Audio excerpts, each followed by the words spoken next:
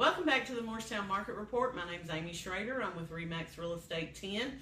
We are on location today at Ink Dreams Tattoo and Piercing here on Morris Boulevard, and this is Jessica. Hi. She is the owner, and Tristan, her daughter. So tell us a little bit about your tattoo shop. What got you interested in doing tattoos? Money. Okay. I wanted to be an architectural engineer, and they went from line drawing, hand drawing, all the blueprints to computers, and I didn't really want to work on computers. And any other art form that there is, really, you have to die before you make any money. And I didn't want to be a starving artist. I like to eat too much. So luckily I had a great uncle in the family that was a tattoo artist, and he tortured me for 2 years as an apprentice, and Lovingly. yeah, lovingly tortured me. And that's kind of how it all started. Okay. Yeah, so I mean, to me, this was the only way that I could really do art every single day and still be able to pay my bills and take care of my kids and my family. So, All right. Yeah. Well, that's a good answer then. So do you have to be kind of creative to be a tattoo artist? there's a saying in our industry that not all tattooers are artists, and not all artists can be tattooers. When I first started tattooing 20 years ago, there were a lot of people that just traced pre-made designs. We call that flash. And that's all they did. They just traced things in solid color fill. And then kind of like in the mid-90s or so, there was this tattoo revolution where people started wanting more realistic things and things that look less like a tattoo and more like art. And that's where the artists really started to come and play. Now there are plenty of people that have fine art degrees like Brad that works for us that, again, they don't want to starve, so they end up kind of slipping into the tattoo field. And there are still tattooers that just trace with the new programs and AI and that kind of stuff, digital art. It's really easy for a non-artist to kind of look like an artist. But I mean, as long as the work is good and they follow the technical skills and the customer is happy, I guess that's really all that matters in the end. I personally won't hire an artist that can't draw on paper. It's too easy with programs like Procreate to draw a wonky line straight, if that makes sense. They have all these snap to tools and whatnot that will make a mediocre artist look like a great artist. But then if you can't do it on paper, you shouldn't be able to do it in skin. And skin's not like paper, but that's kind of our rule. So anybody that works here brought me an actual hand-drawn portfolio. They all went through an actual apprenticeship, and some of them now use Procreate and iPads. My daughter does quite often, but that doesn't mean do it well. it doesn't mean that we don't draw on paper, and we'd really kind of rather do it that way. Just because your tattoo is supposed to be for you. Right. It's not supposed to be for somebody else. Flash, of course, is made to be duplicated, and you'll run into somebody someday that has the same little mom heart. But if you come in and ask me to do something custom for you, you're the only one that's going to wear that as far as I'm concerned. Now, I can't guarantee you that if we post a picture online that somebody's not going to copy it. But as far as I'm concerned, custom is one and done. So. Okay. Yeah. So how many artists do you have that work here? Full time, I have Brad and Chris and Tristan. And then Cruz is, Brandon. yeah, we call him Cruz though. He doesn't really look like a Brandon to me, but he is actually our newest artist. He has been a fully licensed artist for a little over a year now. But as he builds clientele, he has a second job, so he's here 3 days out of the week. And then Danielle, she pops in and out. She has youngins and babysitters, so we kind of let her come and go. Brad is 2 of my own too. Yeah, Brad is one of our resident artists. He's here pretty much full time. All of these paintings that are up here are his stuff. Oh, wow. Chris Pierce is full time, but he also tattoos as much as he possibly can. And then my son Devin actually pierces part-time as well. So I think altogether there's 6 of us in the shop. Yeah. Okay. Am I right? Unless there's somebody I don't know about. Yeah. She thinks that the shop is haunted, but George doesn't tattoo, so. Those are my kids running upstairs. Well, I asked her, I was like, is there an upstairs here? Because I thought something was loose in the attic. I was waiting on my private sitter to come so I could be Yeah. relieved I to come down. understand. Yeah. We're just a Alright. family shop, so it's family. Good deal. So, I know you mentioned piercings, and I know back when I was growing up, piercing was basically you were going to get your ears pierced, and now that has definitely evolved. So, like, what all body parts, I guess, do you pierce? Most. Most Well, anything. I mean, Chris- from head to toe, Yeah, you can Chris pierce about is- anything, you know. Chris has been piercing now for close to 2 decades, and he actually apprenticed Devin about 8 or 9 years ago. And Chris does pretty much any safe piercing that you can ask Yes. for. There are some piercings that are not safe and just should not be done, and he just won't do them. Right now, one that's really popular that they want done that they shouldn't get done is what they call a snake eyes, and that's basically a piece of jewelry that goes horizontally through the end of your tongue, and it looks like you have little snake eyes on the end of your tongue. But that particular piercing goes through both tongue muscles and causes speech issues, can break your teeth. Sometimes paralysis. Also, when it rejects, it looks like something that you don't actually want to have in your mouth. So you guys can think about that one for a minute. And then anything that he knows just really isn't going to heal. A few years ago, dimples were really popular cheek piercings. And the issue with that is you have plenty of salivary glands in your cheeks. And anatomy kind of dictates whether you have a spot for those piercings or not. And if you don't, they never heal. And what's worse is if they do heal and you did hit a saliva gland, they will forever leak saliva from the outsides of your cheeks. And nobody wants that. So he does say no. We do say no. We say no a lot, actually, for piercings and tattoos. So Quite frequently. just because we can do it doesn't mean we're going to do it. And we do reserve the right to say no.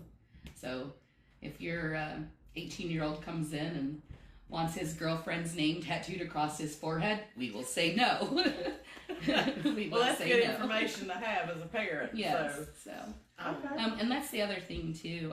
There is no parental consent for tattoos in Tennessee. You cannot sign for your child to get a tattoo in Tennessee. They did make an exception for cover-ups. But when you get that cover-up done, your name and your child name goes into a database with the state. And nobody has ever been able to explain to me what that database is for. Right. So we just say no. And that exception is only for a 16-year-old too. So, I mean, quite frankly, if they did something silly, they can live with it for 2 years and get it done, correctly. But I do want to throw that out because we are getting a lot of underage people coming in with really bad homemade tattoos.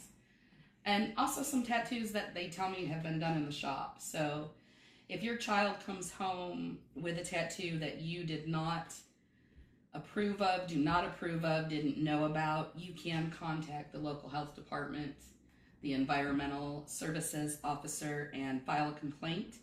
And criminal charges can actually be pressed against the person that did that tattoo.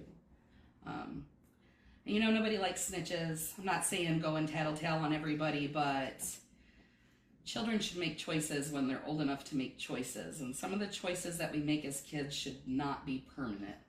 And some of those tattoos are there forever. You take them to the grave. So, For sure. yeah. So you've mentioned a couple of times about apprenticeship.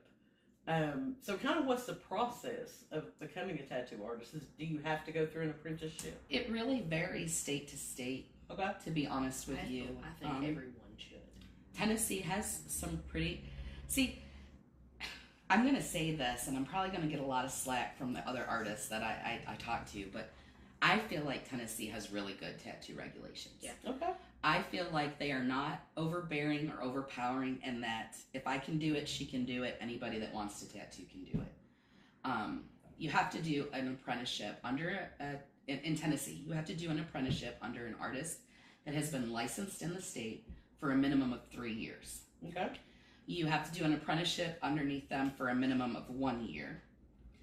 You have to take a bloodborne pathogens course either through the state or usually through, I know they'll take the APP, which is the Alliance for APT, the Alliance for Professional Tattooists.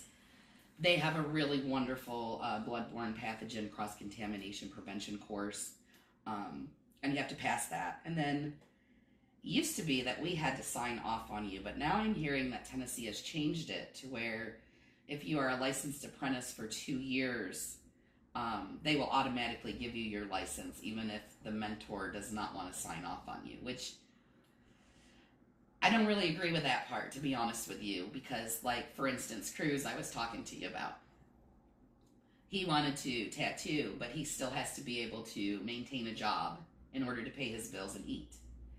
So he did a part-time apprenticeship. So for me, that is him 3 days a week for 3 years. Right. Instead of here 6 days a week for a solid year. Right. So like that 2-year thing doesn't really carry over for him. There's also a couple places that we were talking about cosmetic tattooing earlier. There's a place down in Knoxville that charges them, I believe it's $10,000 for the year. They go 4 Sundays in a row, and then they go 1 Sunday a month for the rest of the year. But technically they did that year-long apprenticeship. Right. So by law, you have to do a year apprenticeship under a 3-year artist and be signed off on and take that course, and then you're good to go. Yeah. So it's kind of like trade school without trade school, if that makes sense. I still think it's trade school. Yeah. Yeah. Well, it's kind of like being a realtor because, like, when I become a realtor, I have to work under a licensed broker Yes. for 3 years before I could go and open Amy Schrader Real Estate or Right. whatever if I wanted to do Right. that. So, yeah, and I think it's always good for new people going into any industry to have to be mentored. Yeah. You know, somebody supervise them Yeah. to make sure they're doing it right. Well, there's so much stuff that you need to know. I mean, a lot of people think, oh, it's just tattooing, they're scribbling on skin. But you have to know the anatomy of skin. You have to know anatomy, period. You have to know the difference between your skin and my skin. You know what I mean? Well, yeah, you don't want to give a bunch of people an infection. Right. Cross-contamination. I have literally had to fire people just because they cross-contaminated.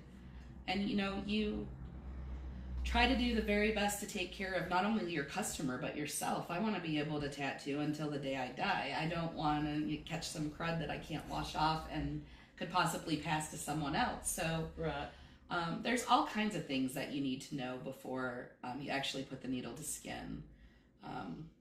Just set up, write down how your machine works, your tools work, how the Being different able to inks take them work. apart. Just there's all kinds of it. And I've seen artists where their so-called mentor just threw a machine in their hand and said figure it out. And then I've seen apprentices that scrubbed tubes for 2 years before they ever did anything in skin because they just couldn't learn the basic stuff that you need to know first. So it really just depends on the person. And like I said before, sometimes artists are not tattooers and sometimes tattooers are not artists.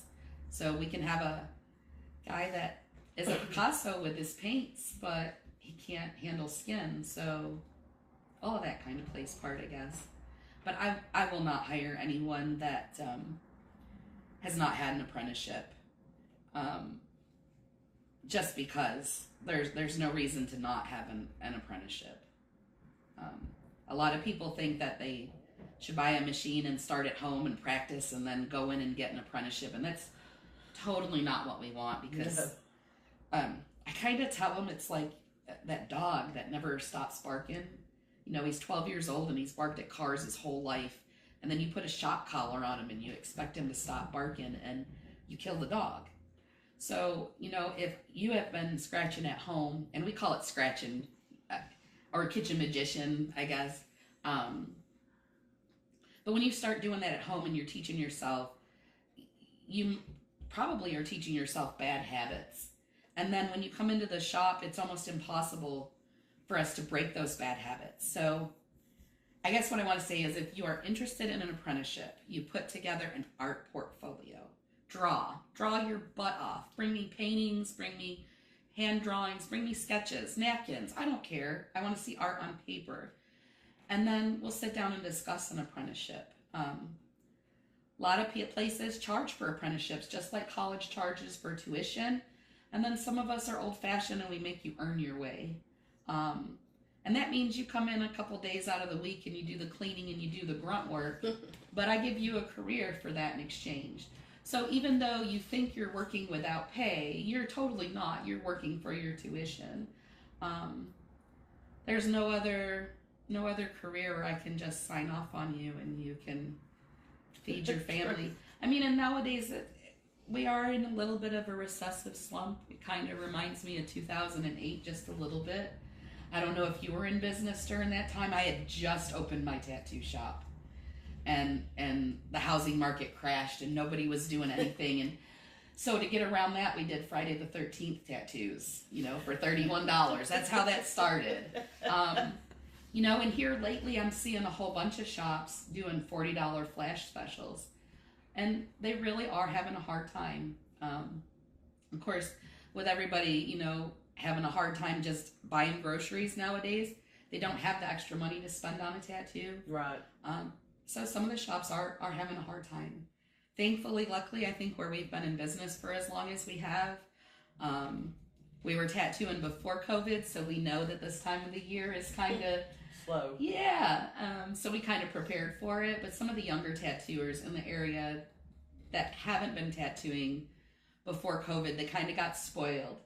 We had all that stimulus money. Oh, yeah. And there weren't enough tattoo artists to cover how many people wanted tattooed in the area. And now that's kind of turned around and they're having a hard time. But, that too shall pass like everything else. So. Yeah, people get Christmas money and then they'll come in and get them a tattoo. The Christmas money is always nice. Christmas money is great for gift certificates. Yeah. There you go. Yeah. Yeah, we do have gift certificates available. I think most of us, though, in town are pretty consistent and have enough clientele. There's so many people here that, I don't know if we ever really slow down. But, I mean, there'll be a few slow hours, but then you've always got somebody that comes in usually. Yeah. We're very thankful for that. And there are other good artists in town. We don't really feel like we have any competition as far as that goes because we don't really pay attention, to that kind of stuff. But if we can't do something and there is somebody in town that can, we will refer them to you. And there are a couple artists in town that don't have piercers in the shop and they send people to us. We're just happy to see everybody eating and getting their bills paid. So, yeah. All right. So what are your hours of operation here? Well, normally we are open 3 to 9, except in the winter. In the wintertime, if we are not busy by, say, 7:30, we head to the house. Okay. All of the artists here, though, will work with you on schedule time, especially if you want to set up an appointment. So if we don't open until 3, but you need to come in at 11 a.m., some of us will do that for you. So yeah, most of the time we have a Facebook page, which is the Ink Dreams Tattoo, TN, because there is an Ink Dreams Tattoo down in Texas, and people get us confused a little bit. They do awesome work too, so I'm flattered. Not affiliated. But yeah, it's not the same people. But yeah, we usually here 3 to 7, and then on Sundays we're here 1 until 4. Devin pierces on Sunday from 1 until 4. And I do want to mention, because we talked about Chris earlier, he pierces everything that is safe. Devin only does things above the waist. And okay. he doesn't do tongues, and he doesn't do dace, which is the little doohickey in here in your ear that's supposed to help with migraines. I don't know if anybody's got that done that it helped. See, we hear the opposite. It's kind of mixed. Yeah, so. I know like 4 or 5 ladies who went and got that done when it first came out, that would help. And none of them said it's well, part of it has to do with you have to hit the right spot. Yeah, I'm you sure have that's to be true. able to bend those needles just right to go in that spot. And that's one of the reasons why Devin doesn't do that piercing, and he just refers them to Chris, because Gotcha. Chris is really good at that piercing and every piercing he does. Chris also does clay piercings. Believe it or not, people come in and they want 50 sticks just to take a picture. You know what I mean? And he'll do that. I don't. he'll do that for you if you want to. It's probably a good thing that you don't. It's Yeah. fine. So, you know. Okay. Yeah. So that's just a thing now. Yeah. Well, I mean, honestly I'm though, old. piercings and body modification have been around since the dawn of time. They It's have. just we should say that it's more clarified as mainstream now. It's Yes, much there's, more you know, acceptable Yes. now. Yes. That's a good word for it. I was talking to another agent in my office before I come up here, and she was in HR in her previous career. And we were talking about, like, when I was, in high school and in college and my early adult life, I mean, that was like, you weren't going to get a job. Yeah. If you had strange piercings or, tattoos that could be seen, like, that was going to blackball you. Yeah. And it's still And now, nice in a Most lot of your ways. doctors are sleeved. Yeah, I mean, Like, there's so many jobs now where I see people that have piercings or tattoos, and it's just so much more mainstream. Used to it was like a biker gang Yeah. thing, and now it's like everybody does it. All the moms are cool and they've got tattoos. So. I blame MTV. I'm just kidding. But no, it is definitely more mainstream now. Even from when I was younger, it was something that you saw, but it wasn't something you saw a lot around here. Right. It has definitely grown a lot. Yeah, she had the weirdo mom when she was little. I don't think It's good they to be minded different. Yeah. Everybody said you were cool, so I don't know if that Exactly. constitutes it being weird. Yeah, as a child, you would have been the cool mom Cool, to hang weird, out I'll with. take either one. It's okay. I'm happy with it. So, All right, what is your exact address here on Morse Boulevard? we are at 203 South Park Ave. And yeah, Morristown, Tennessee. We're on the corner of Morse Boulevard and South Park Ave. But technically, because we face the street, we are on Right. South Park Ave. But everybody loves South Park, so we're good. There you go. All right, is there anything else about your shop that you want to share with people? Not really, just that we are a family-owned business. I've owned the shop now for, oh my goodness, 17, almost 18 years. Within the next few years, my daughter will take the shop over from me just because I'm getting old and I want to do other things. My son Pierce is here. Everybody that's here has a family. We're very family-oriented. We do close the shop quite often for family engagements. If we have a birthday party or somebody gets sick or graduation, any of that, I will leave a note on the door with no remorse. Because, like I said, family comes first to us here. And all of our artists are family. We are definitely a big fan. I didn't apprentice Brad, but I have known Brad for, 11 or 12 years. And he Brad and Chris were he worked for me great before. friends growing up too. It's like Yeah, definitely and Chris and Danielle I apprenticed Tristan as well, but I do want to say for all of those out there, I was not easy on her. I actually think I was harder on her than Probably. anybody else because I never wanted anybody to look at her and say she didn't earn it. I would possibly She earned agree it. with that. So, yeah. But yeah, that's it, I guess. All right. Well, I have learned so much today. I don't know about y'all, but I have learned so much about this. So I appreciate y'all letting us come out and talk to you about it. And if you own a local business or a nonprofit in the Morristown area and you'd like to be featured on a Facebook Live, please send us a DM or leave a comment below. We'd love to get you on our schedule.